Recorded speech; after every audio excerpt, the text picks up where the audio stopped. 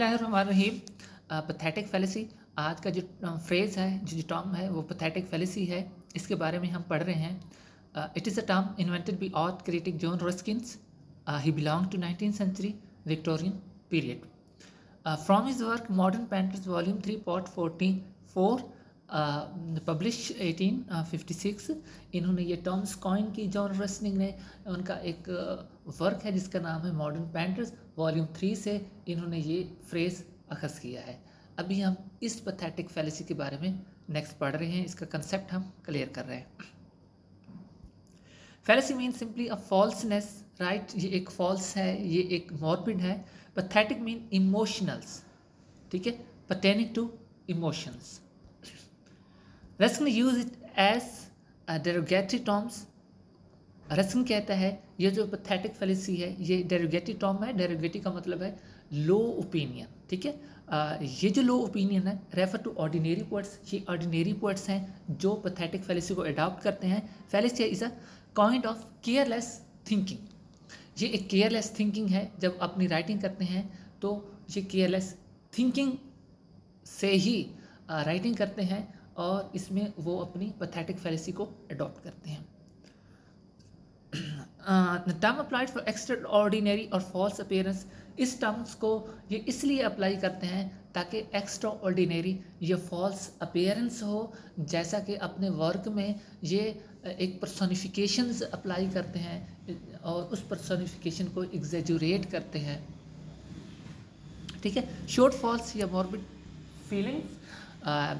The attribution of human traits and emotion to the inanimate nature. ये बहुत ही अहम sentence है। ये सारा का सारा जवाब यही है, the attribution of human traits and emotions to inanimate nature, ठीक है। इनएनिमेट नेचर या फिर इनएनिमेट ऑब्जेक्ट्स। इनएनिमेट का मतलब है जिसमें लाइफ ना हो, इसको हम डेड ऑब्जेक्ट्स भी कहते हैं, डेड नेचर भी कह सकते हैं। जिस तरह का वेदर है या फिर क्लाउड है, ट्रीज़ हैं, स्टोन्स हैं, माउंटेन्स हैं, लैंडस्केप्स हैं, ये सारे के सारे इनएनिमेट नेचर हैं।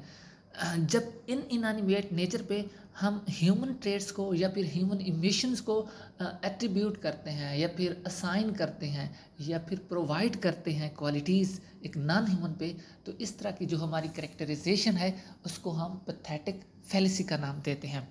Ruskin says such attribution is a sign of artistic weakness. जो भी पोएट इस तरह की एट्रीब्यूशन करता है, किस तरह की एट्रीब्यूशन करता है, मतलब ह्यूमन ट्रेट्स या फिर ह्यूमन इमोशंस को नॉन ह्यूमन थिंग पे अप्लाई करता है, तो वो क्या है, वो आर्टिस्टिक वीक लोग हैं, ठीक है।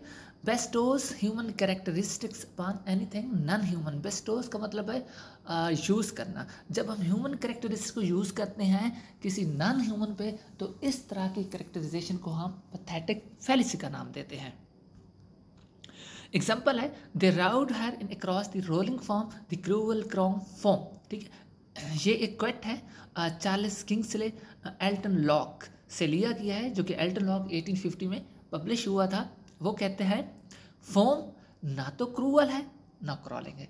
ये जो करेक्टर्स हैं ये ह्यूमन बीइंग के लिए करेक्टर है। सेकंड एग्जांपल है a leaf that dances as often as dance it can.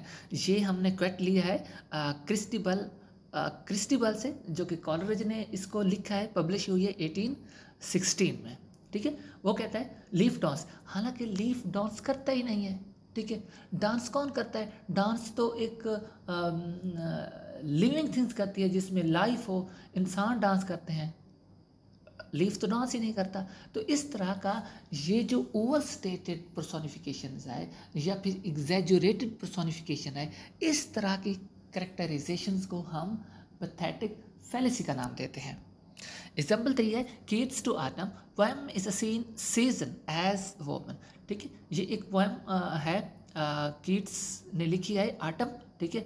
वो सीजन है, सीजन को वो जो पर्सोनिफाई कर रहा है वो एक वोमन कर रहा है, ठीक है।